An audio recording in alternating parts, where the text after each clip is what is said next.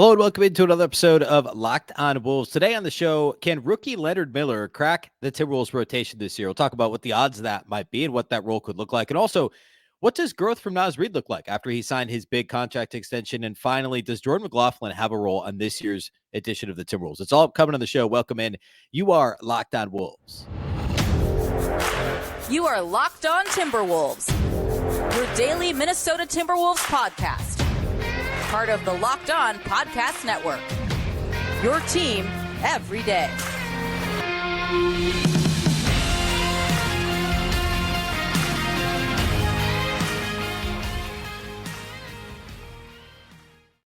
And welcome to the Locked On Wolves podcast, part of the Locked On Podcast Network, your team every day. My name is Ben Beacon. I'm the host of Locked On Wolves. Today's episode is brought to you by our friends at Gametime. Download the Gametime app, create an account, and use the code LOCKEDONNBA for $20 off your first ticket purchase. Happy Monday, everybody. Hopefully you had a fantastic weekend. This is the start of the Timberwolves season. We'll just call it that. Obviously not the regular season, but preseason action kicks off Thursday. Media day was late last week. Training camp is well underway. There's plenty to get to. We're in the midst of our player preview series, and we're starting to get to actual rotation players. So I want to spend today talking about three guys who are kind of in that. One of them certainly has a role in the rotation, but the other two are kind of right on that fringe. So we'll talk about all that here on the show today.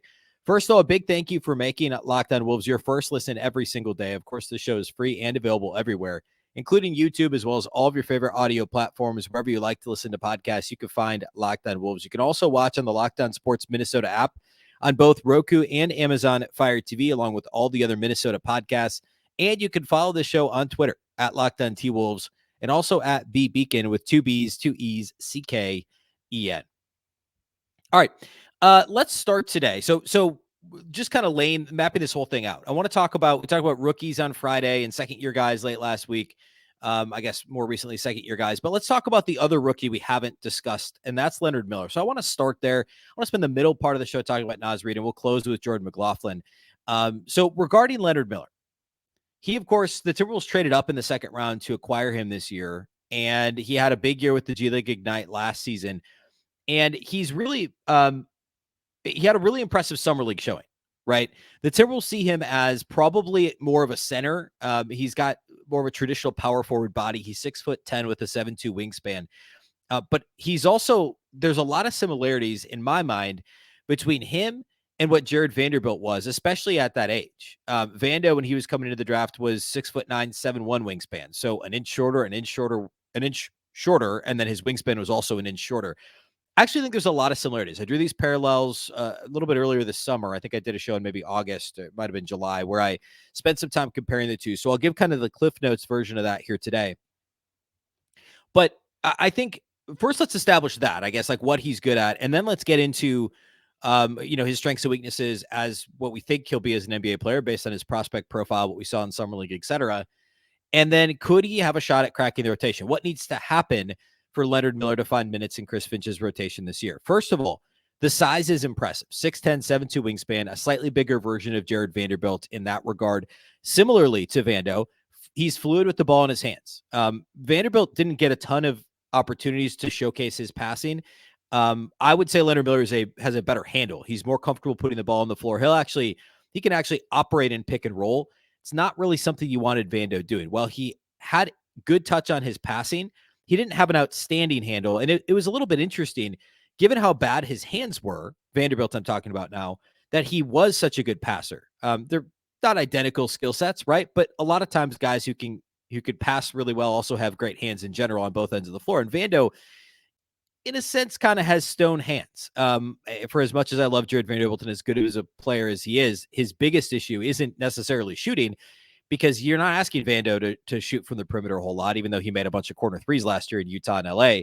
But you were asking him to be able to catch around the rim and finish around the rim, roll to the basket, dive to the rim, play in the dunker spot, all those things. And Vando was never super consistent because of his hands. Miller has good hands. He is comfortable with the ball in his hands. So if he could even initiate a little offense, almost like a point forward. He's very comfortable both handling the ball, passing the ball in the open floor, getting to the basket. We saw a bunch of this in summer league. You go back and watch last year in G League, we saw a lot of Leonard Miller getting to the basket. Those things to me are similar, but better than Jared Vanderbilt. He's also really comfortable playing off the ball as a cutter, hanging out in the dunker spot. So you're going to see that not much if he's on the floor with Rudy, and I don't think he'll share the floor a whole lot with Rudy Gobert this year anyway. If he does, things have probably gone pretty wrong on an injury front, frankly, if Leonard Miller is sharing the floor with Rudy Gobert. But if Miller ends up on the floor as the 5, because you're talking, maybe there's foul trouble, maybe somebody's sick or hurt or whatever, and he gets a little bit of run, and I think we'll talk about this later. I think he's got an inside track on Luka Garza for getting actual rotation minutes this year. But if that's the case, Miller's comfortable playing in the dunker spot. He's comfortable if he's on the floor as the 4 with either, say, Nas, KAT, or Rudy. He's comfortable cutting from the perimeter. He's obviously has more range on his shot than, say, Jared Vanderbilt. He can shoot threes. You don't necessarily want him shooting threes, especially not above the break. But because he has the ability to do that, that makes him even more effective as a floor spacer and gives him more space to be a cutter. So offensively, I think he's very well-rounded. Defensively, I would say he's inconsistent. He's got all the tools. He's got the size. I think he's athletic enough with enough lateral quickness to be really good defensively. I would say rebounding is his number one strength on the defensive side of the floor. He's got the size. He's got activity on the defensive glass. You look at his numbers last year in the G League, his rate-based stats. He's really good at ripping down boards and just getting down the floor. And I'll tell you what, Chris Finch loves that. Chris Finch wants that out of his bigs. He wants guys that can rip the ball down, push it ahead to a guard, or take themselves, sprint dribble up the floor and create something. Maybe it's grab the rebound, get to a guard, and rim run. Leonard Miller can do that. He's dynamic enough with the ball in his hands that he can lead the break himself. He's also athletic enough. He can rip down a board, get it to the guard, and get down the floor for a lob. Hopefully not spotting up for 3. Hopefully he's getting to the basket. But all of those things are really intriguing about Leonard Miller. On the ball, I think sometimes he can be a little bit, I would say, inconsistent defensively. He can get sucked in and then sloppy on his closeouts, letting guys pump fake and get past him. He has lapses off the ball, a la Anthony Edwards in some regards. So I think the consistency defensively isn't to where, say, again, I keep using this comp because I think it's not a perfect comp, but it's similar enough, and I think it should resonate with Timberwolves fans. He's not as good defensively as Jared Vanderbilt today as Vando was probably early in his career. I don't know that he's as strong as Vando. And I would actually say pound for pound, Vando's probably a better rebounder overall. But we're talking about the context of the 2023 Timberwolves, who were bottom 5 in the league and rebounding on both ends of the floor last season and have been consistently on the defensive end of the floor going back many years. And I think Leonard Miller can help shore that up, even if he's not quite the same as good of a rebounder as Vando. So if he can continue to improve his awareness and consistency on the defensive end of the floor, I think there's a role for him potentially as a rotation guy. Now, complicating things, of course, the Nas Reed extension. We'll get to Nas next. Nas is obviously a rotation player on this team, right? Like you look at your top 10, it's set in stone, right? You've got Conley, Edwards, McDaniels, KAT, and Rudy in the starting lineup. In some order, your bench is Shake Milton, Nickeil Alexander-Walker, Kyle Anderson, Naz Reid, and probably Troy Brown Jr. are your top 10 guys.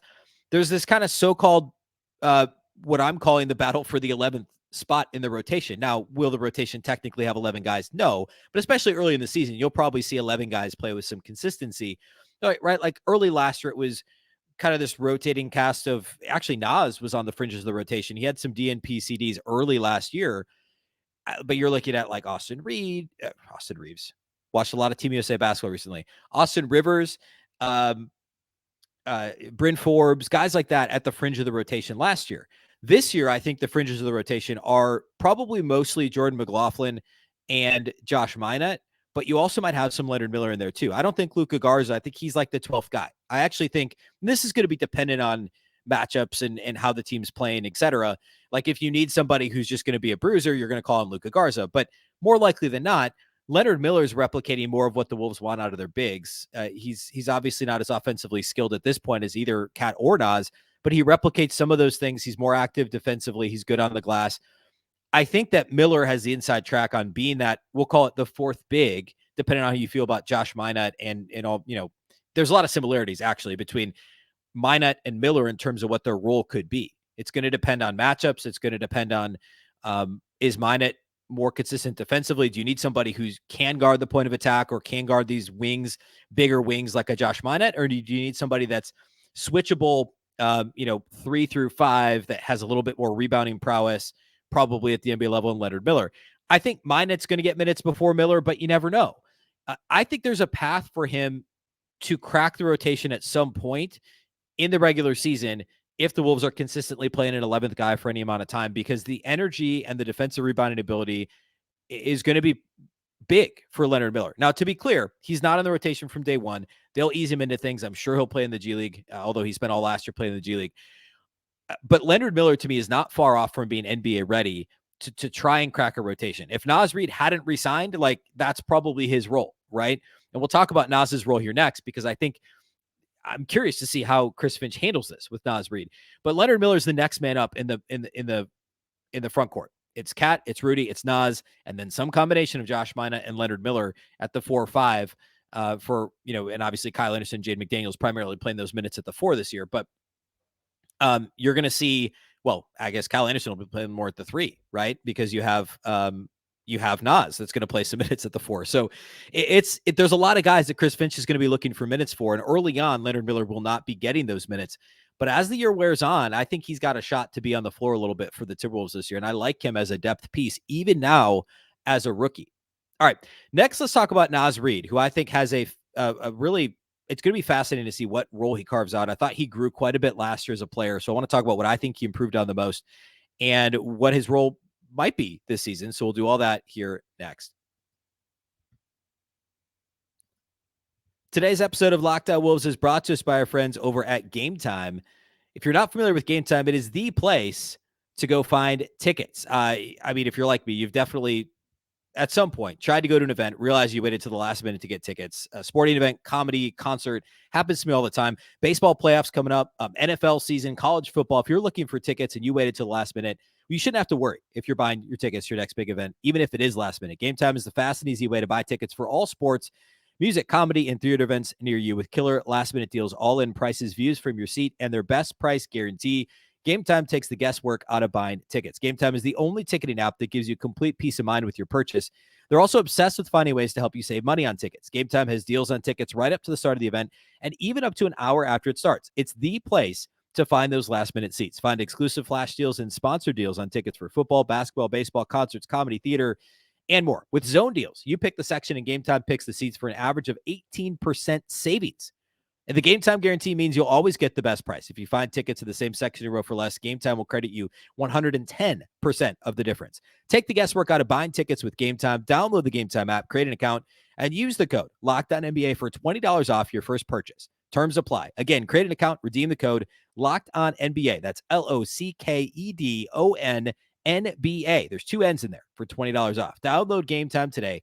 Last minute tickets, lowest price guaranteed.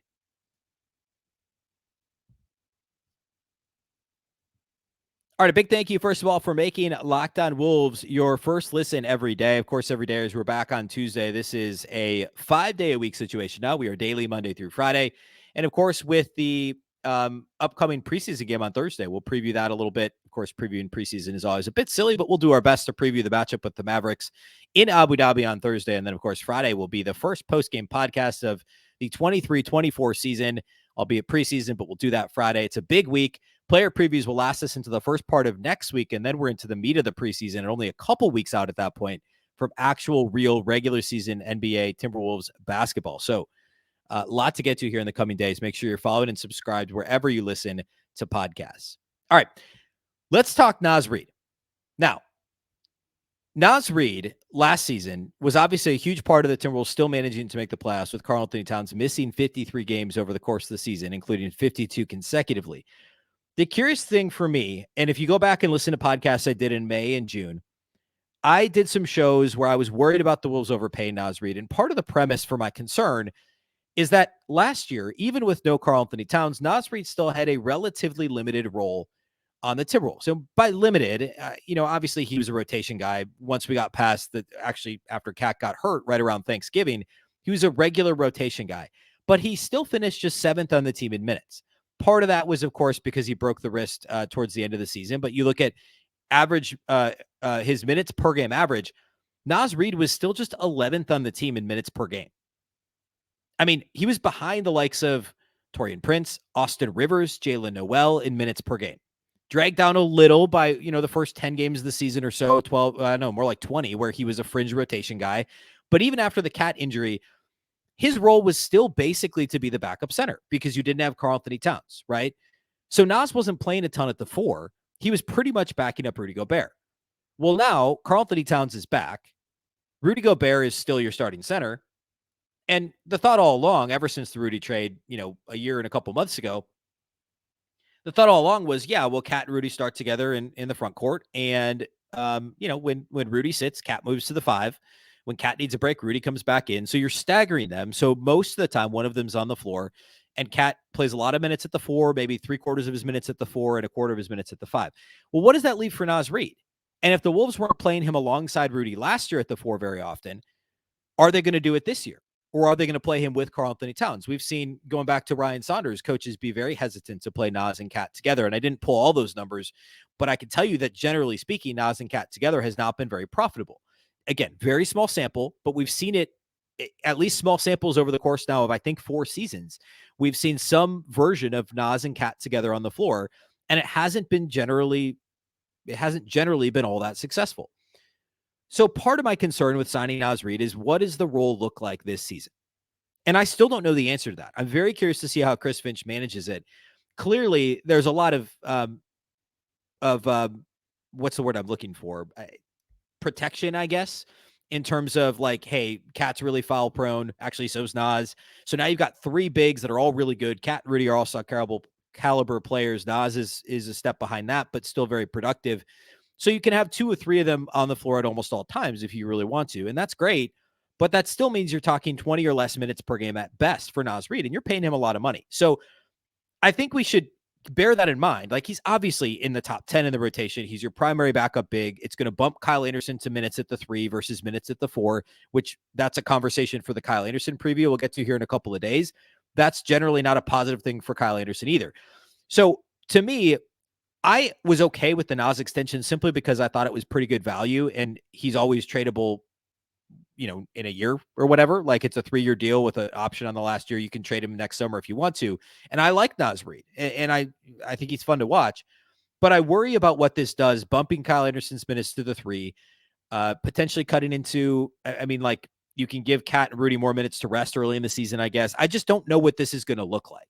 And the Wolves struggled enough offensively last year without KAT and then reintegrated him late in the regular season. How's Chris Finch going to manage that? And I think that's a legitimate question. In terms of what Nas provided last year, I thought it was clearly the best year of Nas Reid's career. I don't think there's any question about that. My biggest knock on Nas Reid, and I'll own up to this, over his first 3 seasons, I thought he was vastly overrated by Timberwolves fans. And I'm building a bit of a straw man here, but in general, the sentiment for Nas Reid on social has been overwhelmingly positive.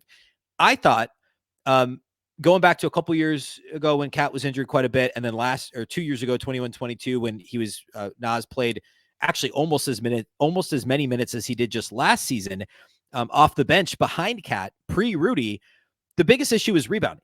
Nas Reid was not a consistent enough rebounder. He had a defensive rebound rate 2 years ago of just 18%, and there were several Timberwolves that were not centers that were much better than that on the glass into the 21-22 season. Last year, that number improved drastically, almost 5 percentage points in defensive rebound rate, and almost 2 percentage points in total rebound rate improved, which was huge. Like, it doesn't sound like a lot, but that's a lot. It really matters, especially for a team that struggled on the glass. Nas and Anthony Edwards were basically the only 2 guys that rebounded beyond what they had done the previous year. The rest of the team, the blanket statement, but pretty much the rest of the team, to a man, was worse than they should have been on the glass. Nas was not part of that problem. I also thought he was better with the ball in his hands. He saw his assist rate go up and his turnover rate go down. Decision-making was good. He shot a lot more threes, which in general is a good thing, but he's always kind of hovered right around just a tick below league average in terms of 3-point percentage. He was a shade under 35% last year for his career. He's 34.4% from 3. So yeah, for a big, it looks, the shot's feathery when it goes through. Nice high arc on it. Interesting set shot. I chuckle every time there's national announcers that have never watched Naz Reid that are just like flabbergasted by his shot and think it's like, and don't know that he shoots a bunch of threes. Anyway,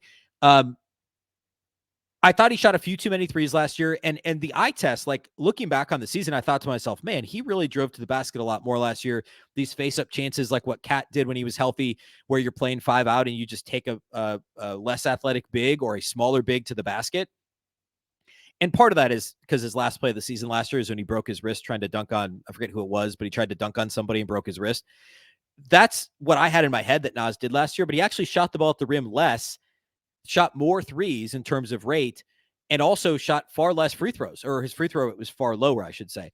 So I think that needs to adjust itself a little. Like I'd like to see more attempts at the basket, more pump fakes and drives, setting up open threes with the threat to drive, because most bigs that are going to guard Nas, he can take them on the dribble and take them off the dribble and dominate them at the rim. So I want to see a little more of that, but everything else about Nas's game last year was improved. I should also point out defense was his other kind of blind spot, where his rookie season, he was awful defensively. He wasn't much better his second year, but there's been real improvement all 4 seasons. And last year he wasn't a minus defensively. I thought he was just good. Like I thought good is maybe a little strong. I thought he was above average defensively for the Wolves, like certainly better than I expected. He's obviously become more nimble. He's lost a ton of weight. He's in better shape than he was when he first came to the league. There's no question about that. I think the number is something like 40 pounds is what had been thrown around last year. That's part of it. I also just think he understands NBA defensive concepts much better. Going back to when he was filling in for an injured KAT in like 2019, 2020 into 2021, he looked lost defensively. Wasn't always playing the right coverage. Like there were some of those things that he just didn't seem to fully grasp. But now he does. He's been in the league 4 years. He's obviously a sharp guy, and he's figured it out. And as long as he provides that consistent effort defensively, and I think he usually does, he's not a minus defensively. So if you're talking about a guy that call it a wash defensively and a plus offensive player, he's a valuable player.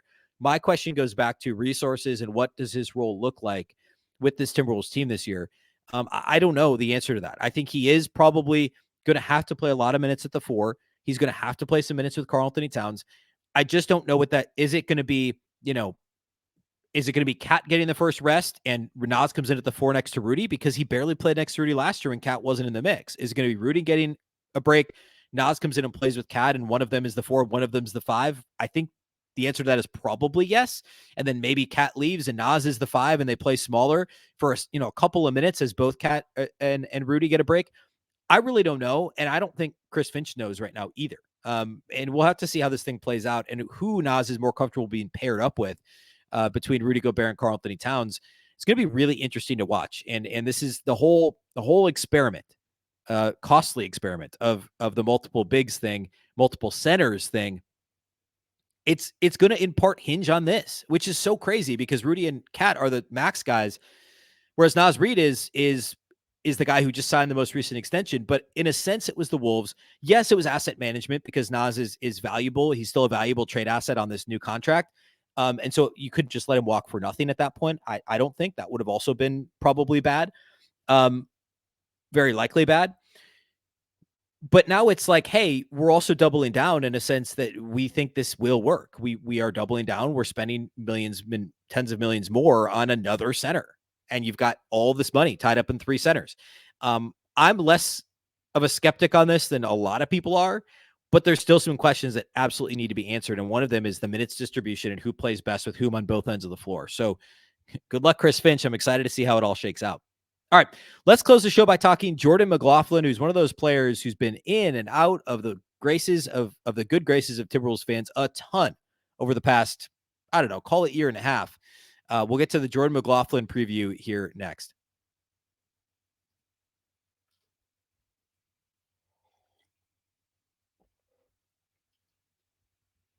All right, previewing Jordan McLaughlin. Now, go back with me, call it 18 months, roughly, and a little, maybe 16 months, something like that. When the Timberwolves lost to the Memphis Grizzlies in the first round of the 2022 playoffs, D'Angelo Russell was benched in favor of Jordan McLaughlin at one point late in that series.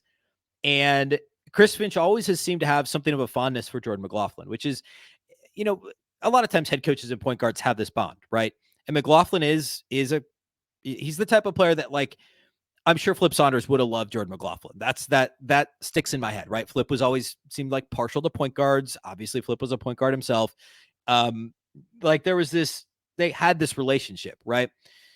And Finch seems to really trust Jordan McLaughlin to run his offense. He seems to trust Jordan McLaughlin to be scrappy on defense, to to really make his presence felt in a positive way.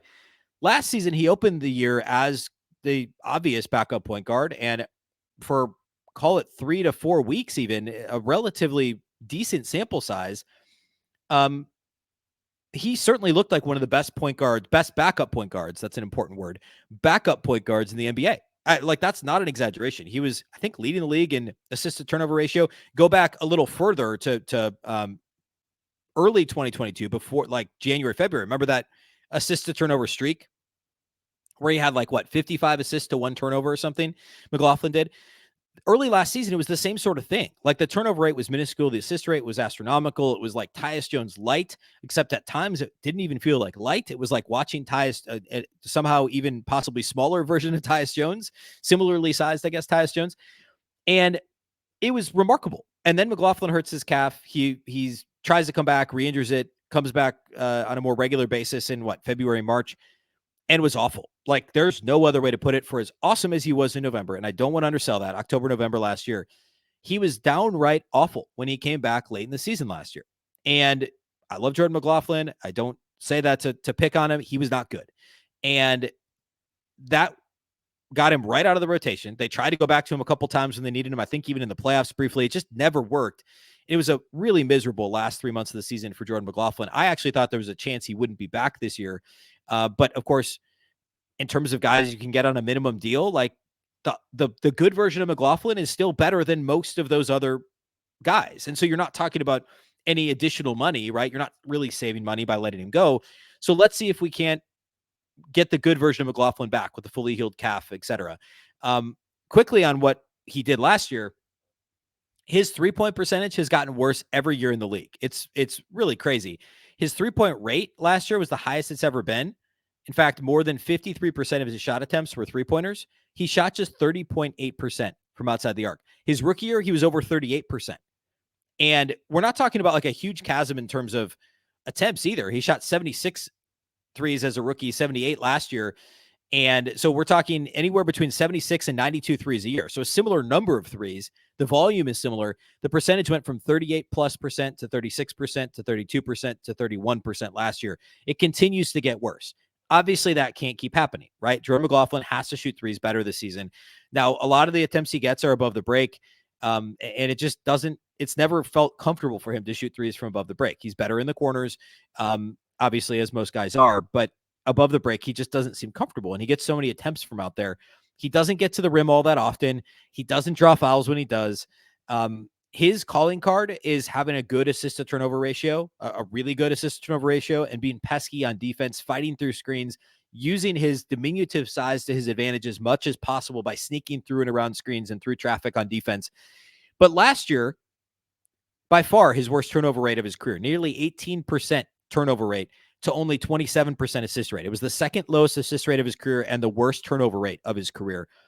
And couple that with struggles defensively, losing guys, decision-making not being good on the offensive end of the floor. It was just a really, really poor close to the season, last few months of the season for Jordan McLaughlin.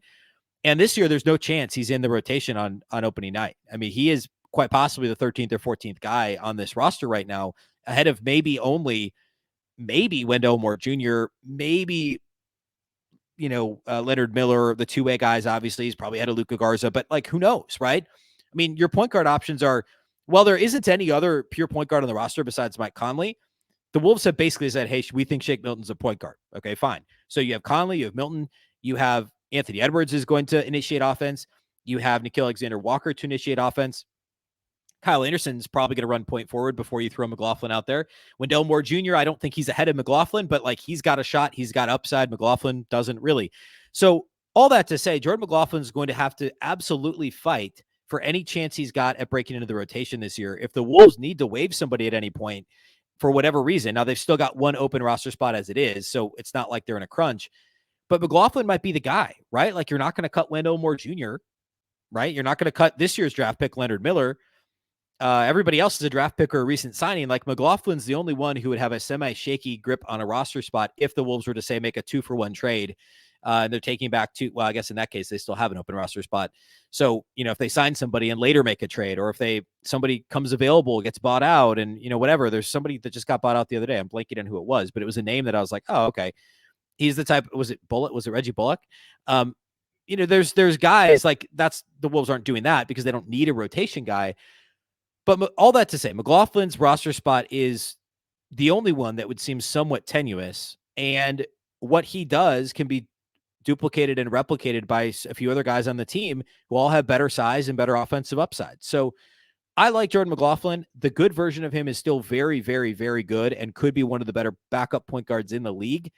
But the Wolves don't have the luxury of just saying, we'll see if he figures out the 2022 magic of Jordan McLaughlin. Really the calendar year, right? The calendar year of 2022, save for the injury towards the end of the calendar year, was really good for Jordan McLaughlin. 2023 has been really bad. And what's the real version? Is it somewhere in the middle? My take is that it is somewhere in the middle. And if he gets overextended, he gets exposed. There's a reason he was undrafted and had to play a full year in the G League before he got a chance at the NBA level. He's small. He has some offensive limitations. Because of his size, he has defensive limitations. But he's also a smart player, a good passer, and, plays hard, right? So he's a fringe NBA player. But when he plays well, he can be a solid backup point guard. I don't think we bank on him getting rotation minutes unless there's an injury to Conley or Milton, which hopefully doesn't happen, of course. But that's kind of his only path to seeing regular minutes this season. Here's hoping that at some point, whether it's with the Wolves or, year after next somewhere else, he's able to find his way back into a regular rotation spot at the NBA level. But I really like Jordan McLaughlin, and I'm glad he's back on the team this year. He's also should be a bit of a security blanket in that third point guard role this year as well. All right, that does it for today's player previews. We'll get to a few more on Tuesday. My thought is we'll probably do some of those other guys I just mentioned, a couple of the newcomers, including Shake Milton, Troy Brown Jr., and then also a trade deadline acquisition and a re-signing from the offseason in Nickeil Alexander-Walker. So we'll talk about those wing minutes, how I think they'll be distributed ultimately on the show Tuesday, and then we'll get you ready for preseason action on Thursday with the Dallas Mavericks and Minnesota Timberwolves from Abu Dhabi. All right. A big thank you for making Locked On Wolves your first listen every day. Of course, this show is free and available everywhere, including YouTube, as well as all of your favorite audio platforms.